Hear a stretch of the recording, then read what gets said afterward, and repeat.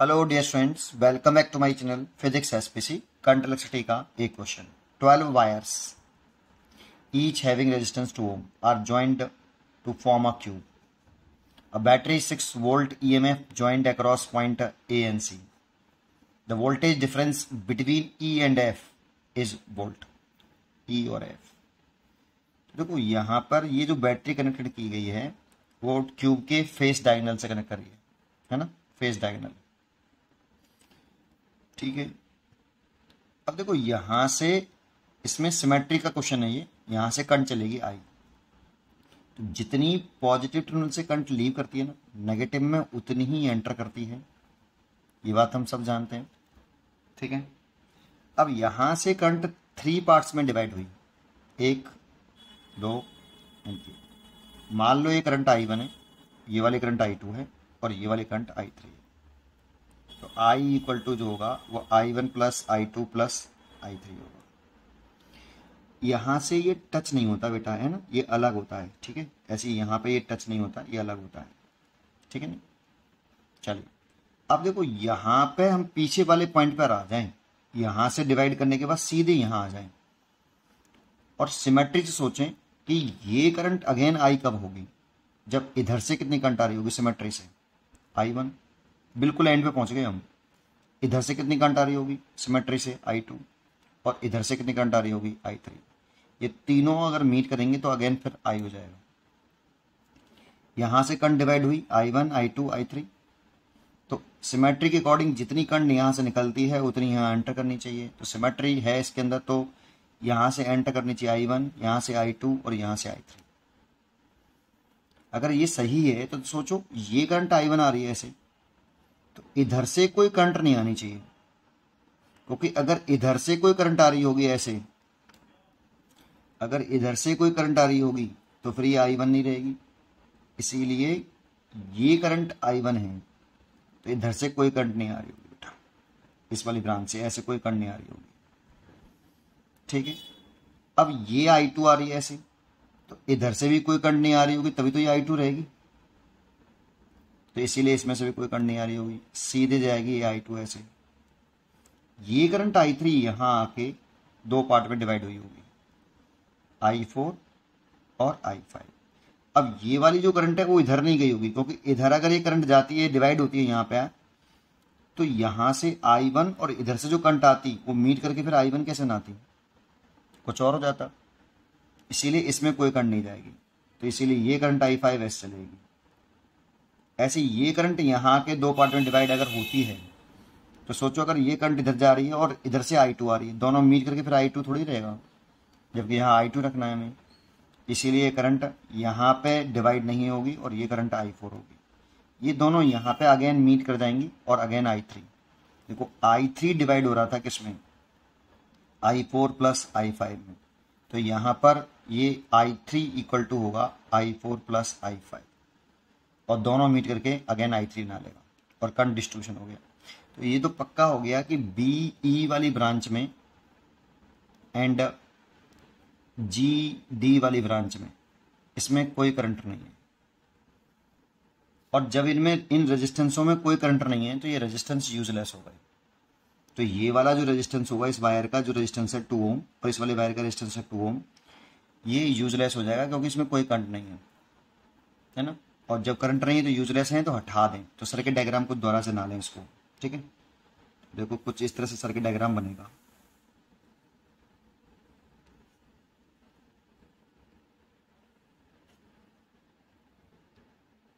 ये बनेगा, ये बनेगा।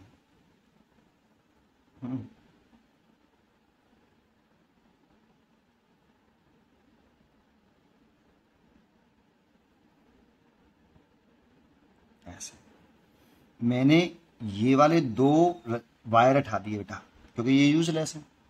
तो ये 2 हटा देंगे तो सर्किट डायग्राम कुछ इस तरह से बन जाएगा।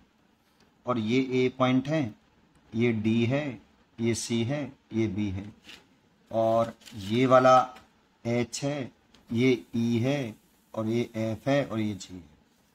ठीक है, और बैटरी जुड़ी हुई है आपकी यहाँ पर 6 वोल्ट की। अब सोचो इसका रेजिस्टेंस 2 ओम है और इसका भी 2 ओम है, इसका भी 2 ओम है, इसका भी 2 ओम है। तो यहां से जो करंट आ रही थी आई, इधर जा रही थी ये I1 और इसमें भी I1 जा रही थी ऐसे, इसमें जा रही थी I2 और इसमें भी I2 जा रही थी। तो ये दोनों वायर के जो रेजिस्टेंस हैं ये किस में होगा, सीरीज में। तो 2 और 2 4 हो गया, तो इन दोनों का एक कर लेता हूं, ये A पॉइंट और ये वाला C पॉइंट। 2 ओम रेजिस्टेंस और 2 ओम सीरीज में, तो 4 ओम हो गया। ऐसे ये वाला वायर और ये वाला वायर सीरीज में, तो 2 और 2 4, इसका भी हो जाएगा। ये एक कर लिया, 4 ओम सॉरी। ऐसे ही यहां आ जाओ, यहां आके करंट ये देखो I3 थी आपकी, यहां आके करंट डिवाइड हुई थी इसमें I5 और इसमें I6 I4। तो ये I5 है और ये वाली I4 है। तो ये दोनों रेजिस्टेंस सीरीज में 2 ओम के हैं एवरी, है ना। तो ये 2 और 2 4 हो जाएगा, तो इसका भी ये 4 हो गया और इन दोनों का भी 4 हो जाएगा, तो ये भी 4 हो गया। और ये रेजिस्टेंस यहाँ लगा हुआ है, ये वाला है ना, ये 2 ओम का है और ये वाला भी लगा हुआ है 2 ओम का है,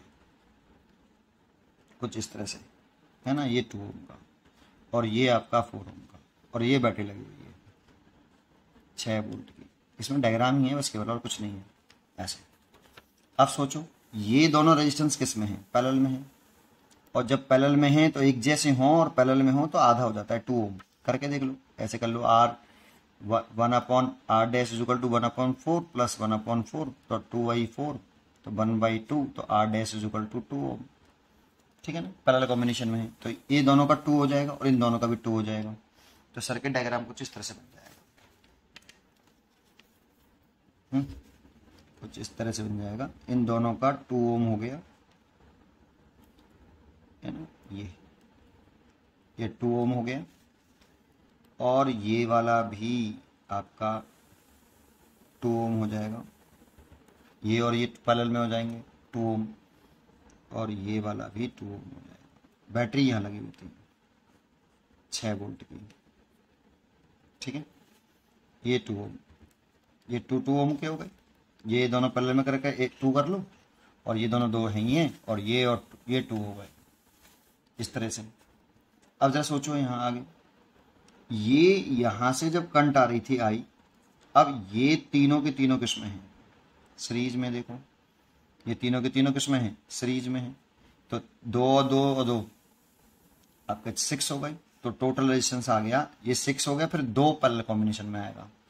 एक और डायग्राम बनाना चाहो तो ऐसे बना सकते हो,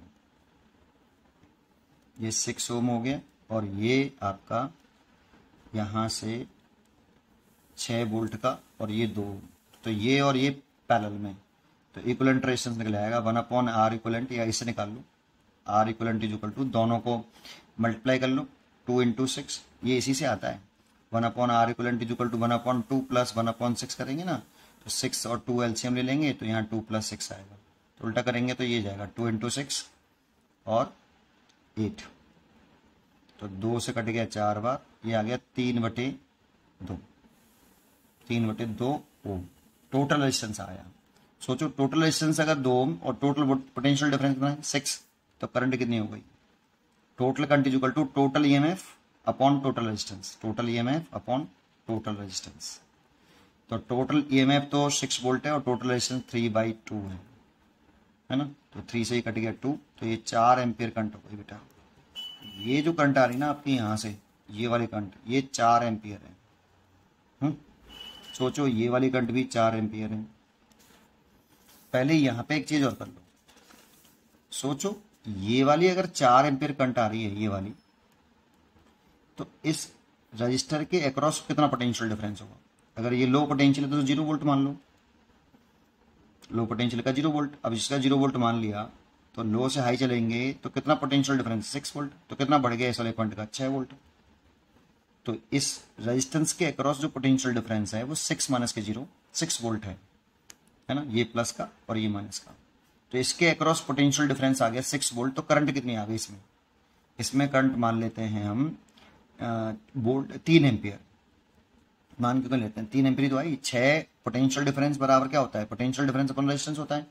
तो पोटेंशियल डिफरेंस 6 है और रेजिस्टेंस 2 है, तो 3 एम्पीयर करंट तो हुई, तो इसमें 3 एम्पीयर करंट जा रही है 2 ओम वाले में। तो देखो इसमें आपका किस वाले में 2 ओम करंट जा रही है, 3 एम्पीयर करंट जा रही है किसके अंदर, इसके अंदर। तो इस ऊपर वाले में कितनी गई, इस 2 ओम में 1 एम्पीयर गई, ये I3 था बेटा आपका 1 एम्पीयर। तो देखो यहाँ पे आ जाओ, यहाँ पर यहाँ से करंट आ रही थी आपकी कितनी 4 एम्पीयर, इस वाली में कितनी करंट गई है, इस वाली में ऊपर वाले में, तो 3 एम्पीयर इधर गई है तो 1 एम्पीयर इधर गई होगी, तो यहाँ 1 एम्पीयर करंट गई होगी। अब जैसे इधर 3 एम्पीयर गई है आपकी इस साइड में, क्योंकि इन दोनों का कॉम्बिनेशन करके आया ये वाला, इन दोनों का कॉम्बिनेशन करके आपका ये वाला आया था, तो 3 एम्पीयर इधर गई है, इसका मतलब है यहाँ पे ये 4 बराबर हैं, तो 1/1.5 इसमें गई होगी और 1.5 इसमें गई होगी, है ना। तो इस वाली में ब्रांच में करंट गई होगी 1.5 एम्पीयर ऐसे, और इस वाली ब्रांच में भी कितनी गई होगी 1.5 एम्पीयर। तो ये 3 एम्पीयर हो गए टोटल मिला के। तो 4 एम्पीयर इधर आ रही थी, 1.5 इधर गई 1.5, क्योंकि इसका रेजिस्टेंस सेम है। देखो इस ब्रांच का रेजिस्टेंस कितना है आपका 4 और इसका भी 4 है, तो यहां से 3 एम्पीयर आई थी इधर इन दोनों का कॉम्बिनेशन करके, तो इस साइड में 3 गई है, तो इसको 2 पार्ट में डिवाइड करेंगे तो 1.5 जाएगी, और इधर गई होगी कितनी 1 एम्पीयर। और हमें इस वाली करंट से मतलब है, इस वाली करंट से 1 एम्पीयर से, तो 4 में से 3 एम्पीयर इधर चली गई, 1 एम्पीयर इधर गई। अब यहां आ जाओ, यहां आने के बाद सोचो इस पूरी ब्रांच का रेजिस्टेंस कितना है, 4 ओम है, 2 ओम और 2 ओम, और इसका 4 ओम है। तो रेजिस्टेंस बराबर हो तो करंट इक्वली डिवाइड होती है, तो 1 एम्पीयर 2 इक्वल पार्ट में डिवाइड होगी, इधर आएगी 1/2 एम्पीयर और इसमें भी आ गई 1/2 एम्पीयर। तो EF वाले वायर में जो करंट जा रही है वो 1/2 एम्पीयर जा रही है, और हमें EF वायर वाले का ही पोटेंशियल डिफरेंस निकालना है। उसमें मैंने करंट निकाल ली 1/2 एम्पीयर, तो potential difference across E and F, तो VEF बराबर करंट 1/2 और रेजिस्टेंस कितना है इसका EF वाले वायर का, केवल EF वाले वायर का 2, तो इसे कट गया। ये V बराबर IR लगाया है, V बराबर I इंटू R। अब EF के क्रॉस पूछ रहे हैं तो E और F का रेजिस्टेंस लेना है और EF में फ्लो करने वाली करंट लेनी है, जो कि 1/2 है, तो 1 वोल्ट आ गया बेटा, इसीलिए इसका आंसर होगा 1 वोल्ट। यहाँ पे आना चाहिए 1 वोल्ट। उम्मीद करता हूँ कि आपको ये क्वेश्चन जरूर समझ में आया होगा। पढ़ते रहिए और खुश रहिए।